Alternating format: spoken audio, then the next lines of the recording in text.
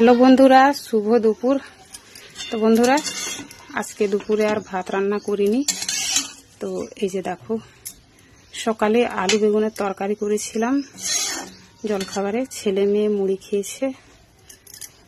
তো আজ দুপুরে কি খাবো চলো দেখে নাও। তো এই যে দেখো, কালকে রাত্রে যে লুচি বানিয়েছিলাম আলু ভরা, তো কিছুটা এরকম লুচিও বানিয়েছিলাম। তো সকালে সবাই খেয়েছি একবার করে, তাও দেখো এত কটা বেঁচে আছে। তার জন্য আজকে আর ভাত রান্না করলাম না, এইগুলাই খাবো। তো আমাদের বাড়িতে বেশিরভাগ এসবই পছন্দ করে, গরম গরম যতই খাক, কিন্তু বাসি যদি না থাকলে মানে ভালো লাগে না। আর দেখো 3খানা কলাও বেঁচে আছে। তো কি বলবো বন্ধুরা, জানো তো কালকে 2 কেজি কলা নিয়েছিলাম। তো আমার ছেলে মেয়ে সিঙ্গাপুরি কলা খেতে এতই ভালোবাসে যে কাল সারাদিন কলাই খেয়েছে ওরা। আর দেখো একটুখানি পান্তা ভাতও আছে। তো দেখা যাক, ভাতটা আমি খেয়ে নেব। তো তরকারিটা একটু গরম করে নিচ্ছি। তো মশলা দিয়ে করিনি, একদম প্লেন বানিয়েছি, টমেটো পেঁয়াজ আর গুঁড়ো লঙ্কা দিয়ে। তো সবসময় বেশি রিচ খাওয়া ভালো না, মাঝে মাঝে এমনি হালকা পাতলা খেতেও ভালো লাগে। তো এসবই খাওয়া দাওয়া করব। আর আজকে একটু বাজারও যেতে হবে, কেননা কালকে বলেছিলাম না আটা নেই বাড়িতে, গ্রামে আটা পাওয়া যায় না, খুবই অসুবিধা। তো খাওয়া দাওয়া করে নিই আমরা, তারপর মার্কেট বার হব।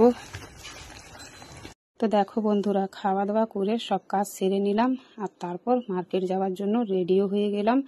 তো ছেলে মেয়েও যাবে, মেয়ে রেডি হচ্ছে, আর ছেলের জন্য দেখো জিন্স আর শার্ট বার করেছি, তো ওকেও রেডি করব।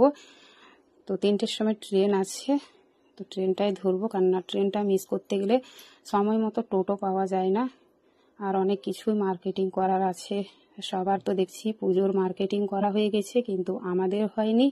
তো আজকে পুজোর কেনাকাটা করব, আবার দোকানের মাল নিতে হবে, তারপর বাড়িতেও অনেক কিছু জিনিস ফুরিয়েছে সেগুলোও নিতে হবে। তো দেখা যাক কত দূর কি নিতে পারি, কেননা এখন পুজোর বাজার, দোকানে তো প্রচণ্ড ভিড় থাকবে। তো দেখা যাক, বাড়িতে বসে তো আর বুঝতে পারছি না। তো যত দূর কেনাকাটা করতে পারি করব, নাহলে আবার অন্য দিন যাব। অনেক কটা দিন থেকে আমার মার্কেটও যাওয়া হয়নি। তো বন্ধুরা, আজকে তো আর ফেসবুকে তাহলে খুব একটা অ্যাক্টিভ থাকতে পারবো না, কেননা এই 3টের ট্রেনে যাব, আর বাড়ি আসবো সেই আবার 7টার সময় ট্রেন আছে। তো রাত্রে অ্যাক্টিভ থাকবো। তো সবার কাছে আমার অনুরোধ রইল কি সবাই একটু পাশে থেকো। আর এমনিতেই দেখছি এখন পুজো নিয়ে সবাই এত ব্যস্ত, কেনাকাটাতে খুব একটা কেউ ফেসবুকে দেখছি অ্যাক্টিভ থাকতে পারছে না। তো এটাই চাইবো, সবারই যেন খুব ভালোভাবে পুজোটা কাটুক।